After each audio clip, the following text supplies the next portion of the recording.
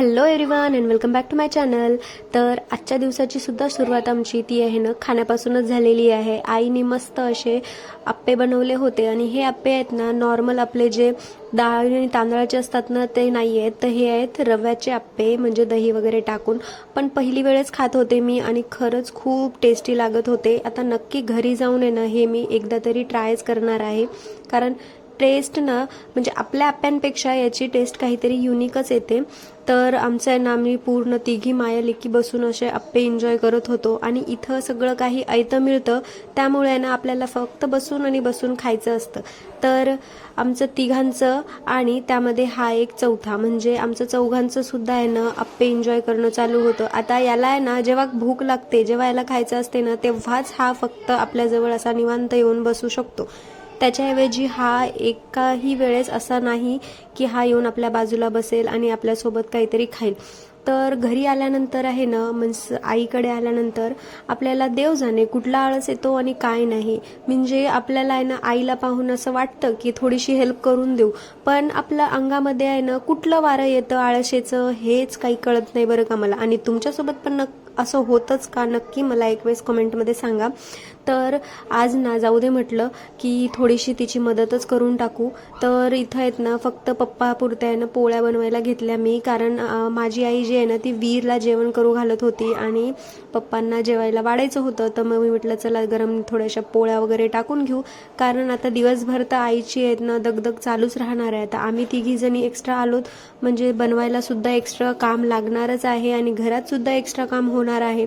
तर थोडीशी तिची मदत म्हणून ना मी करायला घेतलं। आता नेमका माझा आहे ना इथं चपात्या करताना काय प्रॉब्लेम होतो की मला आहे ना पूर्ण सवय पडलेली असते माझ्या पोळीपाटाची, आणि याच्यावर जेव्हा मी लाटते ना मला पोळी लाटताच येत नाही, म्हणजे इतका मला जोर लावून त्याला लाटावं लागतं ना। आणि असं होतं बरं का भरपूरदा की आपल्याला आहे ना आपल्या पोळीपाटाची आणि बेलण्याची सवय असते आणि ते नसेल ना तर आपल्याला दुसऱ्या याच्याने जेव्हा लाटतो ना तेव्हा खूप नाही का जास्त प्रॉब्लेम येतो। आता मला तरी नेमका हा प्रॉब्लेम येतोच। हो, आता मी ना लग्नाआधी इथं पोळ्या करायचे, पण आता ते पोळीपाट राहिलेलं नाही आणि बेलणं सुद्धा ते राहिलेलं नाहीये, तर त्याच्यामुळे थोडासा मला प्रॉब्लेम येत होता। पण असो आता मदत करायची असं ठरवलंच आहे तर चला आता करूनच घेऊ म्हटलं।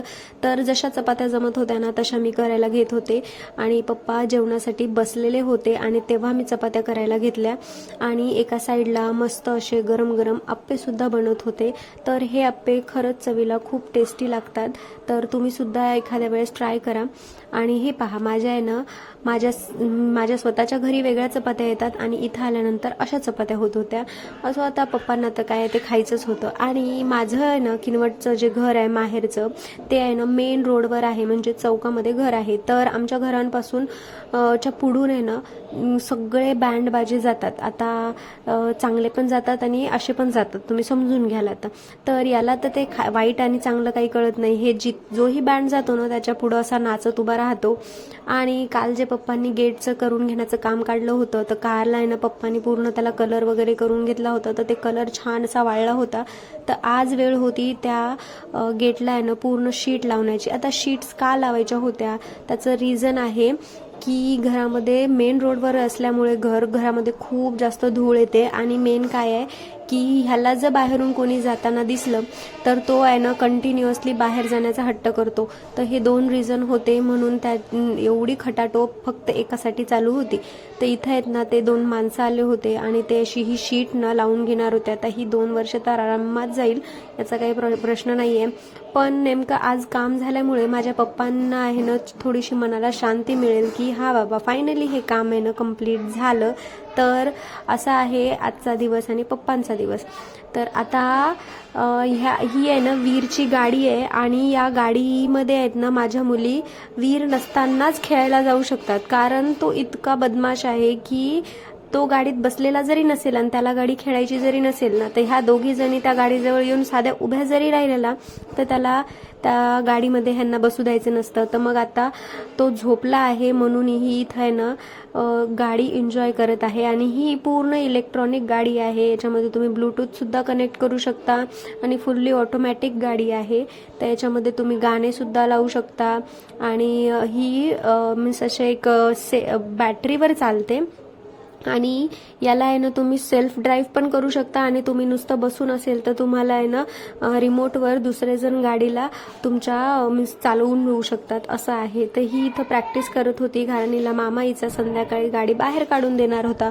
तर मग ही आहे ना घरामध्ये थोडा वेळ प्रॅक्टिस करणार होती आणि ही इथं खेळत होती. आणि थोड्या वेळानंतर ह्यांचा मामा यांना बाहेर खाण्यापिण्यासाठी नेणार होता. तर ह्या काही बाहेर जाणार होत्या आणि आम्ही पण याच गोष्टीचा फायदा घेऊन आम्ही सुद्धा बाहेर पडलो. आणि किनवटमध्ये आहे ना असा एक छोटासा सेल लागतो जिथं आहेत ना भांडे वगैरे किंवा छोट्याशा अशा ज्या युजफुल गोष्टी असतात ना त्या मला इथं नेहमी मिळतात. काही नाही तर काही एखादी तरी वस्तू मिळते. म्हणून मी जेव्हाही किनवटला येते ना तेव्हा या सेलमध्ये एक वेळेस तरी चक्कर मारून जाते. आणि त्याच पद्धतीने आता आमची ना छोटीशी शॉपिंग झाली. म्हणजे आता ज्या ज्या गोष्टी युजफुल होत्या ना त्या गोष्टी आम्ही अशा आणून घेतल्या. म्हणजे हा चिमटा माझ्याकडे नव्हता, माझा जो होता तो खराब झाला होता, तो हा चिमटा. आणि माझे चमचे सुद्धा हरवले होते तसेच ते चमचे घेऊन आले होते मी. आणि माझा एक सिल्वर प्लेट आहे त्याच्यावर मला एक छान दिसणार असं एक पाहिजे होतं तर ते हळदी कुंकवासाठी घेऊन आले. आणि मेन म्हणजे सगळ्यात क्यूट आणि छान दिसणारी वस्तू म्हणजे ही.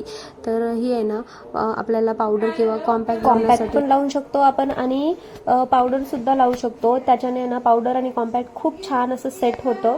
तर मी भरपूर जागी आहे ना विचारलं होतं तर आज मला आहे ना ती फायनली वस्तू मिळालेली आहे. आणि त्यानंतर आहे ना मी असे 2 छोटे छोटेसे कानातले घेऊन आले होते मुलींसाठी. म्हणजे ही आहे ना एक फेरी आहे त्याचे कानातले आहे आणि हे आहे ना असे रिंग आहेत ते छोट्या मुलीसाठी घेऊन आले. पण हे आहेत ना कानातले यांचा कलर वगैरे जाणार नाही. हे आहेत ते तनिष्कचे कानातले आहेत.